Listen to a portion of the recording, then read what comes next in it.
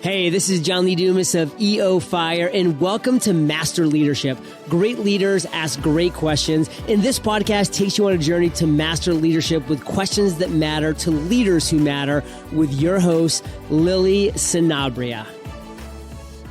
Hi, this is Lily, and welcome to Master Leadership Through Crisis series, where we will connect with leaders worldwide to gain insights on important questions to help us navigate through rough waters.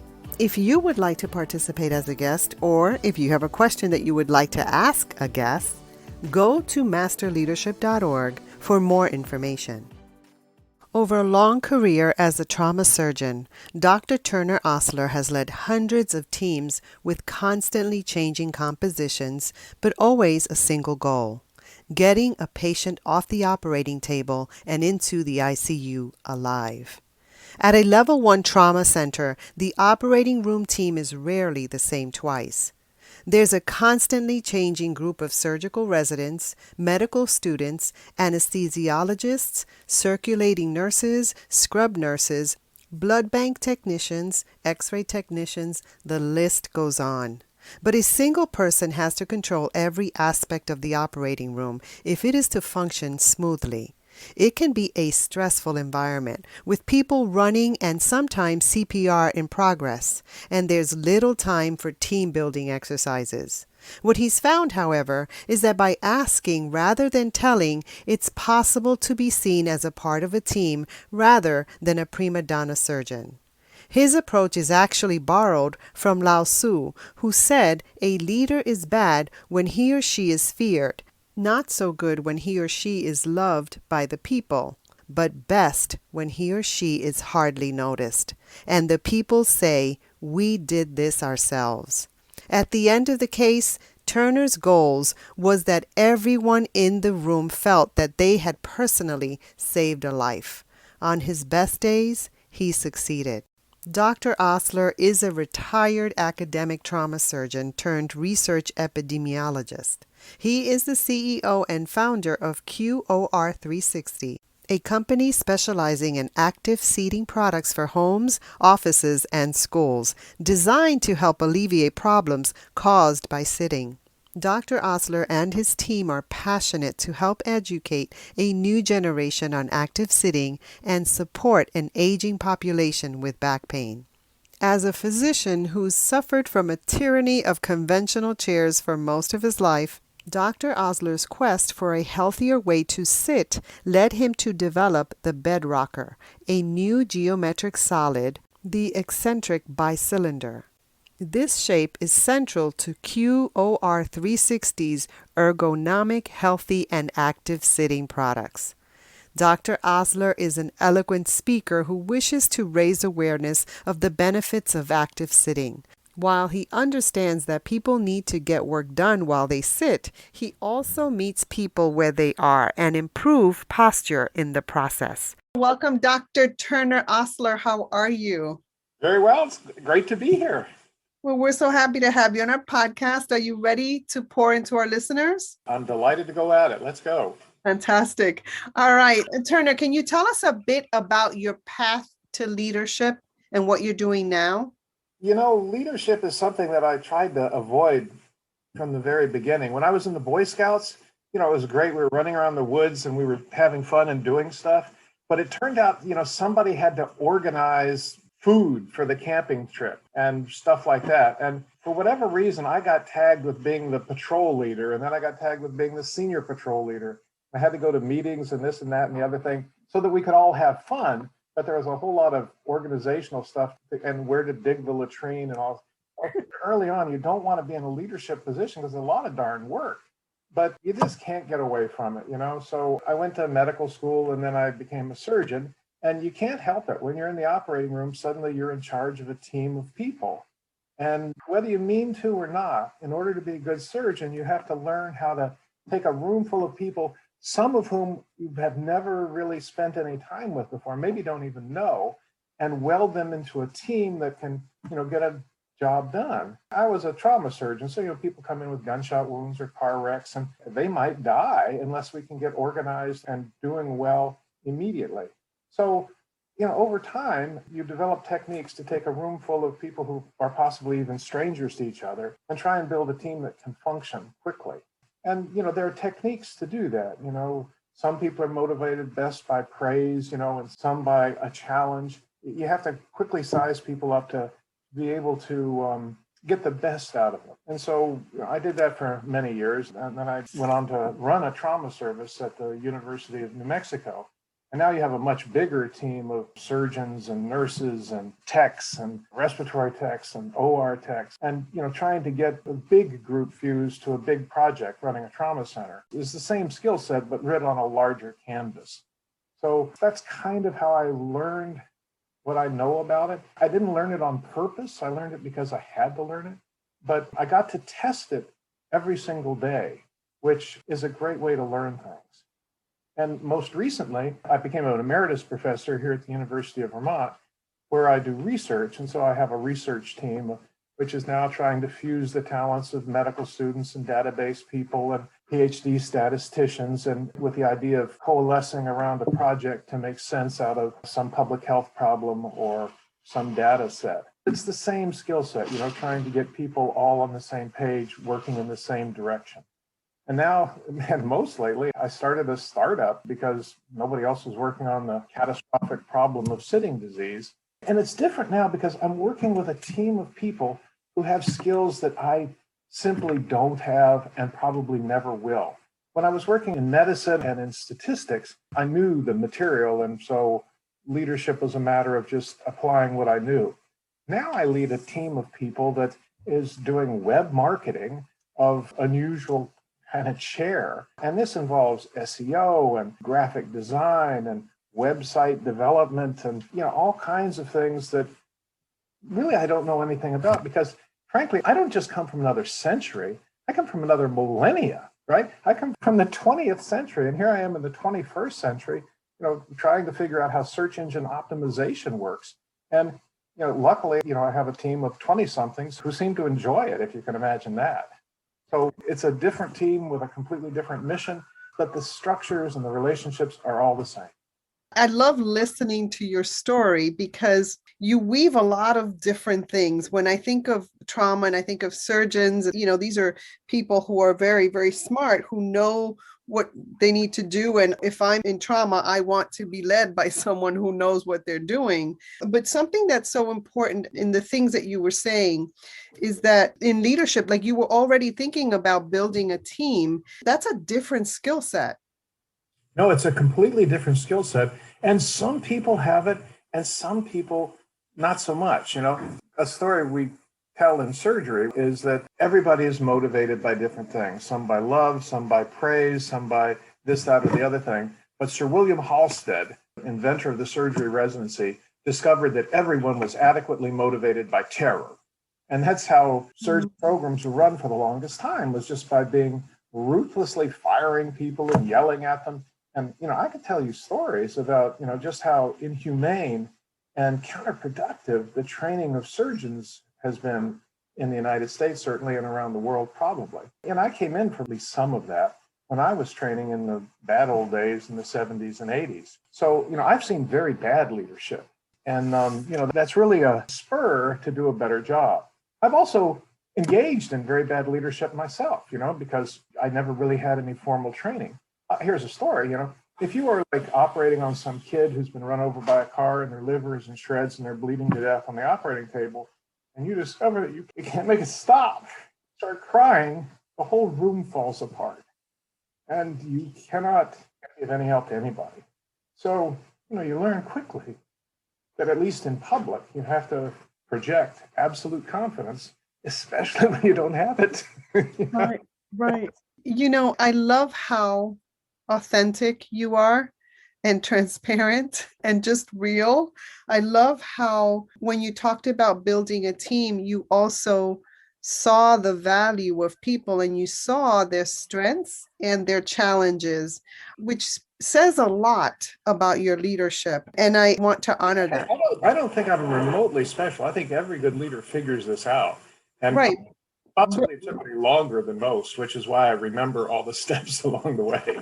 Right. But see, that's another thing about you. And I'll tell you later. I'm going to write this word down. But not every doctor, not every surgeon becomes a good leader. They can spend the rest of their lives doing what they were taught to do in the same way. As an educator, teaching and leading are two different things. And so those are skills that need to be taught. And so that's why we're talking here, because my purpose is to up level leadership in our listeners, in each other, and so continue to grow. So thank you so much for that. Now, you talked about a startup, which is really fantastic. You talked about a chair, and I've been looking at this chair because all of us need to sit and we need to sit right. Tell us about your startup, where we can connect with you, and how we can buy this amazing product. So it turns out that people sit a lot. On average, 8 or 10 or even 12 hours a day. This has been carefully measured, and epidemiologists have written about it in JAMA, Journal of the American Medical Association. I mean, we sit a lot. The thing is that we are designed to be hunter-gatherers for the last 3 million years, ever since we, climbed out of arboreal canopy and set foot on the plains of the Serengeti. We've gone from being just gatherers to being hunter-gatherers. And so we've been traveling 5 or 10 or 15 miles a day for the last 3 million years. And our internal biochemistry, our milieu interieur, has become accustomed to a lot of exercise. And so when we suddenly all sat down, really less than 100 years ago, and stopped moving basically all day long, it was a catastrophe, because your muscles aren't just motor units that move your bones. They're very complicated biochemical factories that have hormones and messenger molecules that are secreted. And without the kind of output that the muscles provide, your biochemistry just goes to hell. Your bad cholesterol goes up, your good cholesterol goes down, your insulin goes up, and your all-cause mortality goes up. People lose, on average, 2 years of life who sit 8 or 10 hours a day solely because of sitting. It's well worked out by the epidemiologists, and it's really a public health crisis, but it's a silent crisis. You may have heard that sitting is the new smoking, and that analogy applies quite strictly, because in the 50s, everybody smoked and they thought it was normal. Doctors smoked, for crying out loud. Fake doctors were advertising cigarettes on television, right? And people thought smoking was normal because everyone around them smoked. It turned out that wasn't true, that smoking was catastrophically bad for people: emphysema, heart disease, lung cancer. I mean, the list goes on and on and on. But it wasn't understood because everybody smoked, and so it was thought to be normal. Just so with sitting. Everybody sits all the time, and because when you look around, everybody around you is sitting in the same crummy office chairs, we think sitting is normal. It is not. We're hunter-gatherers, and we should be out chasing rabbits and running from jackals. But as an epidemiologist, it's not an easy problem to solve. I trained with a storied epidemiologist at Johns Hopkins University, Susan Baker, and she taught all of us that you could not belittle or berate people into better behavior. It can't be done. You can't tell people drive slower or don't drive drunk, or you just can't. What you must do is you must design an environment that is safer for people so that their thoughtless behavior doesn't penalize them. And so my mission was to take, everybody's going to sit, so how can we make sitting less toxic? Wow. And the idea is, it's not sitting per se, it's sitting slumped in front of your computer still all day long that is such a catastrophe for your biochemistry, your posture, your core strength, and subsequently back pain. So how do you solve that problem? Well, after thinking about it hard, we invented a way to make a chair that moves just a little bit the whole time you're sitting on it. Not with motors or anything, just by requiring you to balance on top of the chair. Because it requires muscular input to stay balanced, your core muscles are constantly working. So when I was in my surgical days, we'd be like snipping people open to take out their gallbladder. You go through the internal and external blight, the transverse sales. These muscle layers were so filmy and thin, you could see through them. You think, boy, oh boy, where did their muscles go, right? Well, the answer is their muscles left. If all you do is sit slumped in front of a computer all day, your body looks around and says, I'm not using these muscles. I don't need them, for crying out loud. I'll digest those muscles and do something more useful with them. As Hippocrates observed 2,000 years ago, that which is used develops, and that which is not used wastes away. And people's core musculature just evaporates when they sit stock still, slumped, 8 hours a day. If you put people on an unstable surface, so they have to constantly rebalance their postures, they get way more exercise than they think. We sell these chairs and we tell people, just 15 or 20 minutes the first day and see how you feel the next day. You may be so deconditioned it'll take a week or possibly weeks to work up to being able to sit on our chair all day long.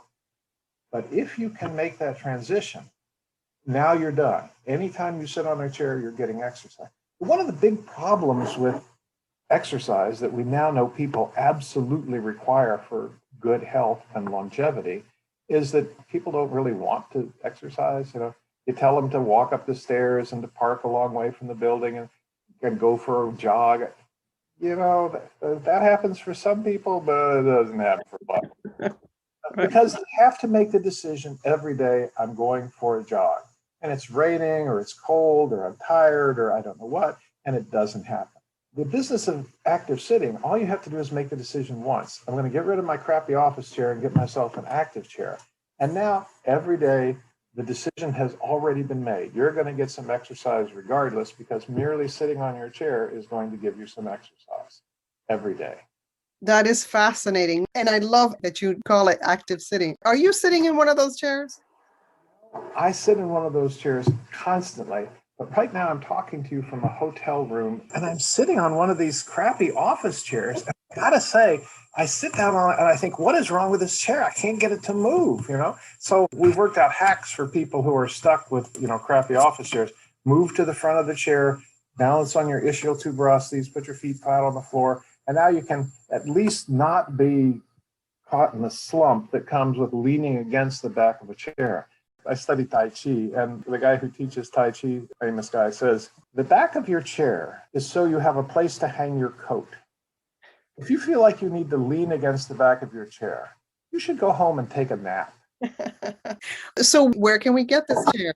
So I had this idea for making an active chair, but as an epidemiologist, I know that it's not a solution unless everybody can afford it. So I fell in with a group of designers here in Burlington, Vermont, because I had an idea for how to make such a chair, but I had no idea how to design or build or manufacture anything. I didn't get out much for the last 30 years. I was a surgeon, for crying out loud. So anyway, but these guys had real design shops. They trained at Pratt in New York City. They knew a lot. And they could tell that I have an idea. And they said, oh, doctor, let us help you. And I said, no, you don't understand. We have to make these things so goddamn cheap, everybody can have one. And they said, we're in.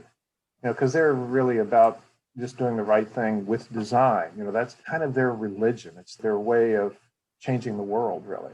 And so when I said, I want to make a chair that changes the way everybody sits and is so inexpensive everybody can have one, they were all over it. And then more people were attracted to the project and came online just as volunteers because it was the right thing to do.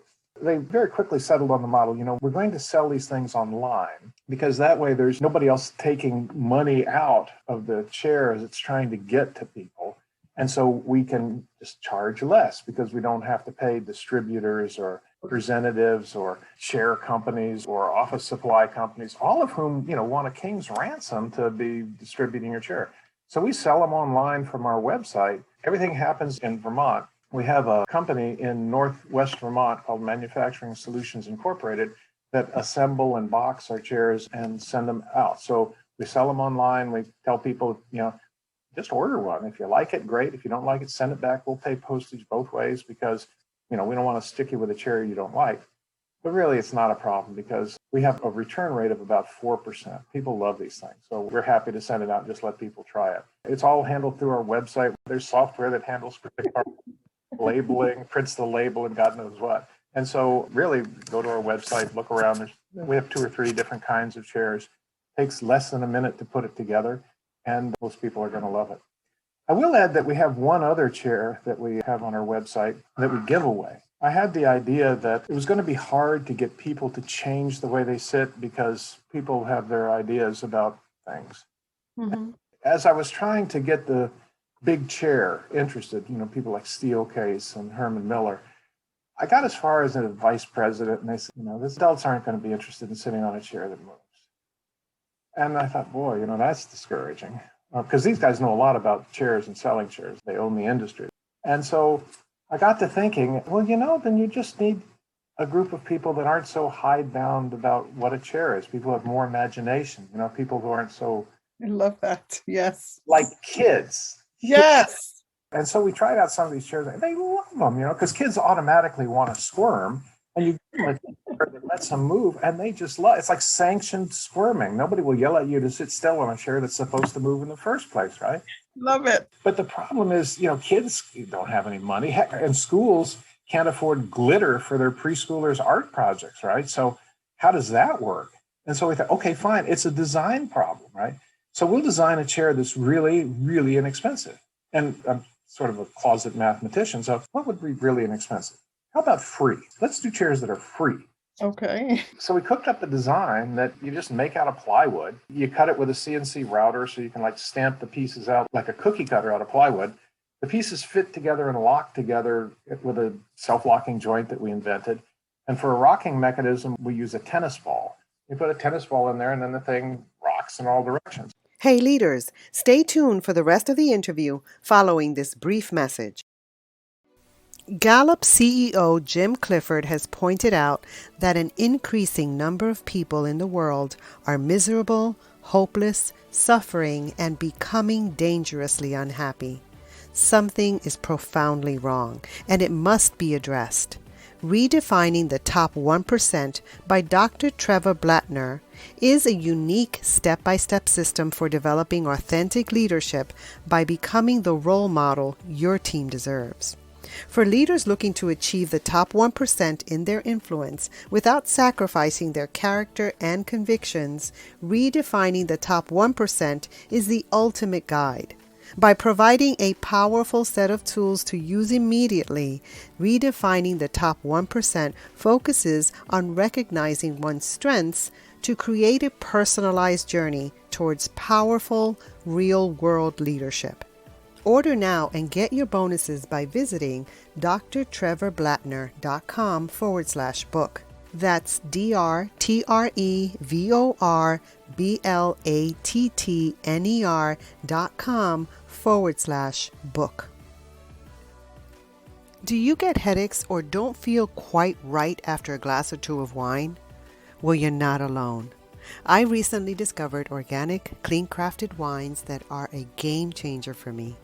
Scout & Cellar has a clean crafted commitment to ensure that they produce wines without synthetic chemicals, as they take care of the earth in the process. I can now enjoy wine without any adverse effects. Visit scoutandcellar.com/Lily. That's SCOUTANDCELLAR.com/LILY and learn more about these delicious wines. You'll be glad you did. Great leaders deserve great wines.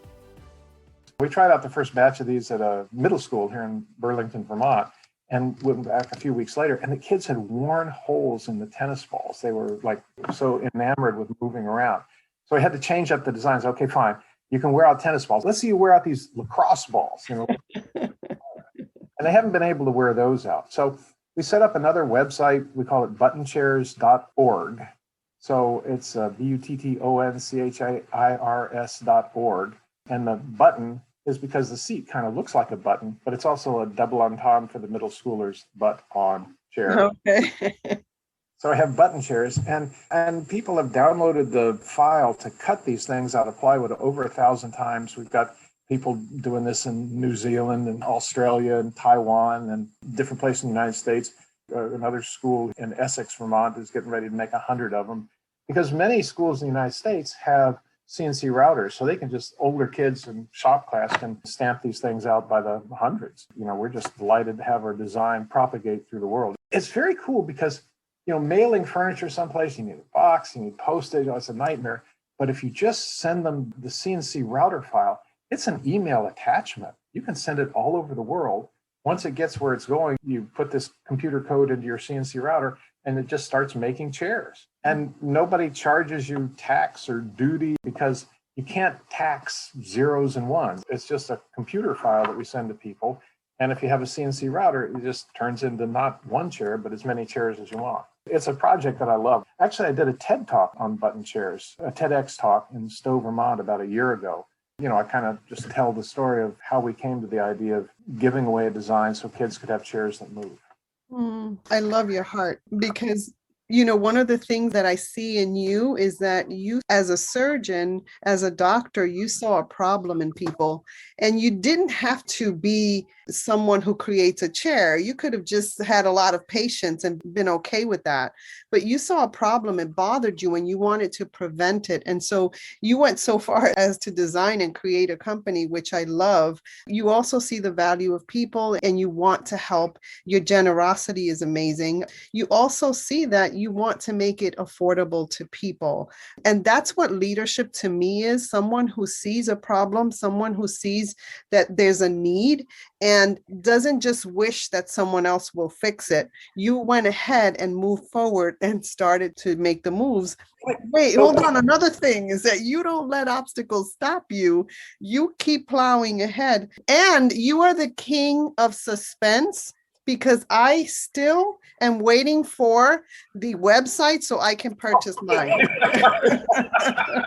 My son will tell you I'm like the world's worst businessman. Right. So we have a website that sells grown-up chairs. It's Q as in Queen, QOR360.com. QOR like core. We couldn't get core because that was taken. So QOR360.com. I was going to inject that the real skill that I have is just being completely ignorant. I had no idea just exactly how hard this was, or I wouldn't have started. But, as a surgeon, it's an odd thing. You really need basically psychopaths to be surgeons, and especially trauma surgeons, because you have to be able to walk into a room with water dripping off of your elbows and be able to say the sentence, "I don't know what's wrong, but I'm sure I can fix it." That's hubris. You are cruising for a fall, buddy, because it just can't be so, at least not every time. But you have to be able to say that sentence and at least convince the room that it's true, even if you can't quite convince yourself, in order to do the job. Just be willing to take on a project, even not exactly understanding the dimensions of how hard it might turn out to be. And, if you get lucky and work hard, sometimes it all turns out fine. But with this chair project, I had no idea what I was getting into, but, I had the confidence that it was worth doing and, worth failing at if it comes to that. But so far, we're doing okay. Well, great. Thank you so much for that. So right now, we're hopefully on the tail end of this global pandemic. Tell me about any advice or quotes or practices that you use that help you most during crisis.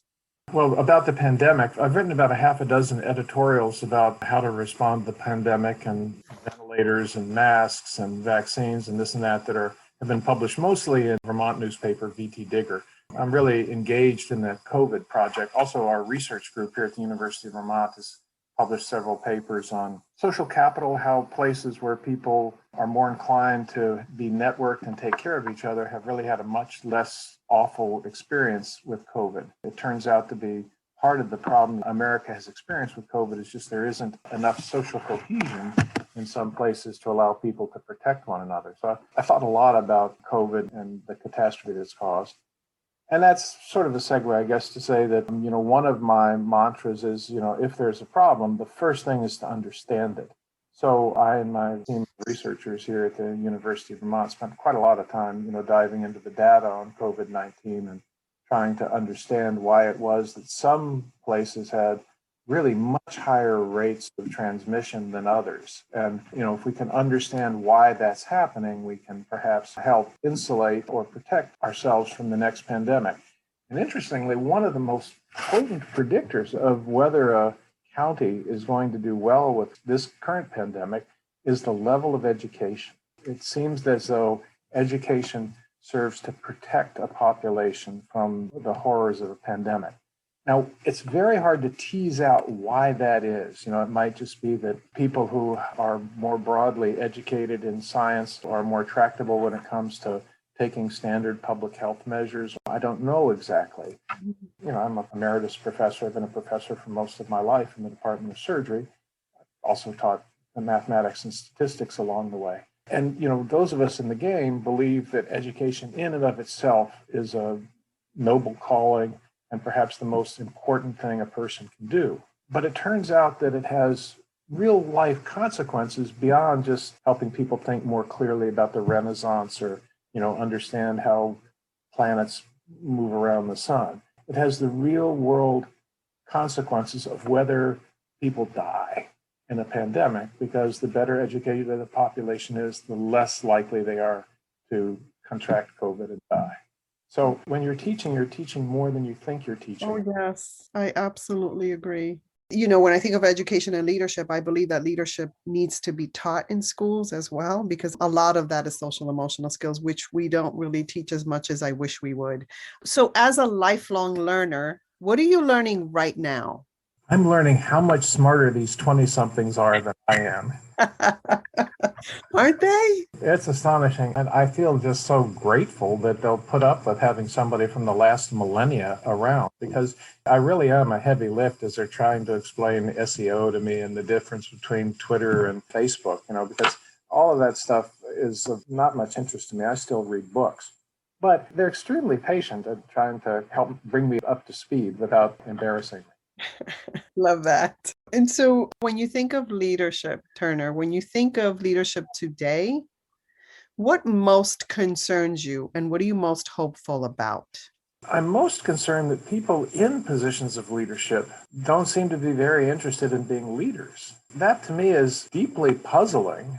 I mean, why did you spend your life getting to a position of leadership if you're not interested in leading? That's odd and dangerous, right? I mean, all the Democrats vote one way and all the Republicans vote another way. It makes it seem like nobody's doing any thinking at all. So I'm puzzled why leadership, or our system of embodying leadership, seems to select for no real leading. So that troubles me a lot. Mm-hmm. Gives me hope, of course, is I brush up against these 20-somethings all the time. And, they're bright-eyed, bushy-tailed, hard-working, interested in everything, and they want to make a difference. And, of course, they're a little horrified at the world we seem to be leaving them. And, frankly, I'm getting tired of apologizing, because it's not all my fault. Kudos to you, because you are doing things to make it a better world. In us having conversations like this, too, we're hoping to leave a legacy that uplifts and gives people hope. And so I really honor that. Thank you so much for that. Now, you do have an option here. You can either take a question from a former guest, or you can share a challenge, a struggle, or a failure that you learned from. Why don't I take a challenge question and just see what happens? Let's see what happens. Okay. Catherine Mora wants to know, what does thought leadership mean to you? Boy, oh boy. Catherine, I wish you hadn't said that, because my team of 20-somethings keeps saying, if we're going to get the idea of these chairs out in the world, we have to make you, and then they point at me over Zoom, a thought leader. And it just makes me break out in a cold sweat, because I have no idea what a thought leader is. And certainly I don't presume to be one, and I have no idea how to become one. So, when these 20-somethings have the idea that I should be a thought leader, it's really kind of intimidating. That said, I think a thought leader is somebody who stays abreast of a topic and then finds a platform so that they can share. For example, COVID-19 came along, and I was just deluged with questions from friends and acquaintances about how many times do I have to scrub my Amazon cardboard boxes, and how long should I leave them on the front porch? I'd been to medical school and studied virology and epidemiology and a bunch of other ologies. And I was able to say, you don't have to worry about the box. The box is not the problem. This is a respiratory virus that's transmitted through the air. And this was like quite a revelation to people. But I found, a lot of people had a lot of questions. So I wrote a bunch of editorials. And then I started doing kind of town hall meetings for groups that were very concerned about interacting with other people. people in the Feldenkrais world, it's kind of body work where they work one-on-one, and they had lots of questions about when it would be safe to be in a room with another person. People from the world of Alexander technique. I was doing town hall meetings on Zoom with hundreds of participants asking me questions. And basically I was, an echo chamber for Fauci, science of it, question and answer format to make this kind of information available to a population. And to get this stuff out into the world as quickly as I could, we started putting up COVID-19 articles on our website that sells chairs. We have a blog, so I just started, blogging on the horrors of sitting, and ventilators aren't going to solve the problem. The problem isn't ventilators. The problem is disease transmission, and really masks are the thing, not ventilators. This is about thought leadership, right? Yes, it is. So anyway, maybe I'm sort of a thought popularizer in the world of COVID-19. I think in the world of active sitting, I may be closer to a thought leader because so much of the world of big chair is just about selling you the same old chair they've been selling you. They're bigger and they've got more chrome. And some of these office chairs cost $3,000 or even $4,000 now, but they're just the same old thing. 80% of America has back pain at some point in their lives. If these ergonomic chairs are so great, why does everybody still have back pain? It's a failed concept. I actually have been to a bunch of academic ergonomic conferences about office furniture. And I was at one Ergo Expo in Las Vegas, and I met a guy who's very famous in the world of chair design, who was part of the team that designed the Herman Miller Aeron chair. You've probably seen them. There's 8 million of them out there. And, I sat down and talked to the guy for over an hour. And he was talking about chair design and companies and margins and profits and manufacturing and all this kind of stuff. And I was talking about epidemiology and anthropology and physiology. And it was an interesting conversation. He was a very smart guy, but, he'd never been to medical school. And I don't know anything about the world of manufacturing chairs for offices, certainly. So anyway, it was a very spirited conversation. I get back to Burlington, Vermont. I find an email from this guy, and he says, I feel terrible. I've spent my life trying to make chairs that are so comfortable no one wants to get up. And now you're telling me that sitting hunched all day is bad for people's posture. Wow. Loses their core strength, ruins their biochemistry, and causes back pain. Wow. Our industry has convinced people they can't sit without lumbar support and a backrest and a headrest and armrest and footrest. We can't not give that to people because they expect it. They wouldn't buy a chair that doesn't have this stuff. What do you want me to do? And it suddenly came clear to me that Big Chair has this legacy problem where they've convinced the people who buy chairs that you got to have all this junk or it's not a chair. And meanwhile, all this junk is just like locking people into a terrible configuration. What they ought to be doing is getting rid of all that junk so people can move while they're sitting. Completely different paradigm. Unfortunately, a multi-billion-dollar industry is locked into the contemporary view of what a chair is. It's not going to be easy to overturn the way the world thinks about sitting. These crappy chairs are killing people. You certainly personify thought leadership, especially in the space in which you operate right now, because you were able to influence this big time guy in the chair industry, at least to take a look, to feel bad. And he did. And he did. I didn't set out to make him feel bad. But rightly so, because you awakened something in him, and hopefully that'll turn some things around. I liken it to what's going on in education. To me, my passion is leadership. And what kind of turned that on was the lack of leadership in schools and how we're not teaching that in schools. And consequently, we don't have really great leaders in this world yet. It's about influence. So I wrote down some words. And I could be wrong. I wrote down about you that you occur as very curious. You practice listening. You're intentional about listening. You're available to people because they're curious. They ask questions and you want to be available. You want that knowledge that you have to go through you. You're very caring. You're a great connector. You're a risk taker. And this is the first one I wrote down, humble. Because, and let me tell you why. Because, well, my son says I have a lot to be humble about. But let me tell you why. And this is my personal story. I started this podcast because there were 3 things that happened. But one of them was I lost my sister at the age of 45 to cancer. And I lost her, and I believe this with all my heart, a lot sooner than should have happened because of the egos of doctors in big time hospitals. And to meet you, to speak with you, just gives me so much hope. And I'm getting emotional because I appreciate who you are as a surgeon. I've encountered surgeons, again, in big time hospitals in New York City that, you trust with all your heart, and the ego walks in before they do. Not all surgeons, obviously, but I've experienced that. And then I thought, well, who educated these surgeons? And I take responsibility from my part. Now, I'm not as old. I'm just kidding. I was also born in the same century you were, but I'm taking responsibility just like you are. And I appreciate that. And I'm so honored to meet you. What a maverick you are. I love, love, love it.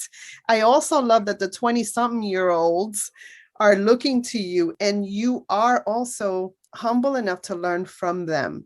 I applaud you because not everybody does that. With that said, as a listener of this podcast, Turner, what is a question that you would like a future leadership guest to respond to? Are leaders born or are they made? People come into the world with a propensity to be good leaders, or do they just arise from circumstances that teach them how to lead a step at a time? I think my own path was just lucky. I was lucky to be burdened early on with running a Boy Scout camping trips, and trying to understand that you couldn't tell somebody to do something unless you were willing to do it yourself. And really just doing it yourself would incite other people to do it. So you develop those kind of tools early on and, discover what works. Telling people what to do pretty much didn't work. Showing them what to do better, and so on. So my prejudice is that, people learn to be leaders, but also there are examples in history of extraordinary people that you just can't imagine having had time to learn how to be the leaders they became. The nature-nurture question is one that I think about all the time, not so much because it's a question we're going to resolve, because it's a question that creates more questions and lets us think harder about, well, if it is a nurture question, how do we nurture leadership? And, I do want to respond with, I don't know if you know John Maxwell. No. Dr. John Maxwell, Google him. He is one of the most effective leaders on the planet. Mm-hmm. And I am privileged to be mentored by him. His flagship book was The 21 Irrefutable Laws of Leadership. And he addresses that very question. There are people who are born with leadership ability. They have charisma and all that stuff, but that doesn't make them a leader. Leadership is service. Leadership is adding value to people. Leadership is growing in wisdom. And wisdom, for me, this is what I've discovered, wisdom and humility are very connected. You cannot, in my opinion, grow in wisdom without embracing humility. It just doesn't happen. That's my response to that. But that's a really good question, and I will pose it to another guest that comes on. Now, is there anything else you'd like to share with our listeners? I've been doing, a bunch of podcasts, but this is far and away the most interesting one, I gotta say. I'm so glad I discovered your podcast. I'm glad you did too, and thank you for that. That's an honor. So what do you want to leave our listeners with? Well, the world has a lot of difficulties, and you aren't likely to be able to address all of them, but you might be able to address one of them, at least in part. And you might as well get started, because why not? And I have to say, I've had a terrific, rollicking time hanging out with surgical residents and statistics students, and now these 20-somethings that are trying to school me in, how to do web marketing. The privilege of hanging out with younger people has been really one of the gifts of my life. This has been a privilege for me. I want to thank you so much for adding value to me and to our listeners. Have a fantastic day. Yeah, thanks for making this so much fun.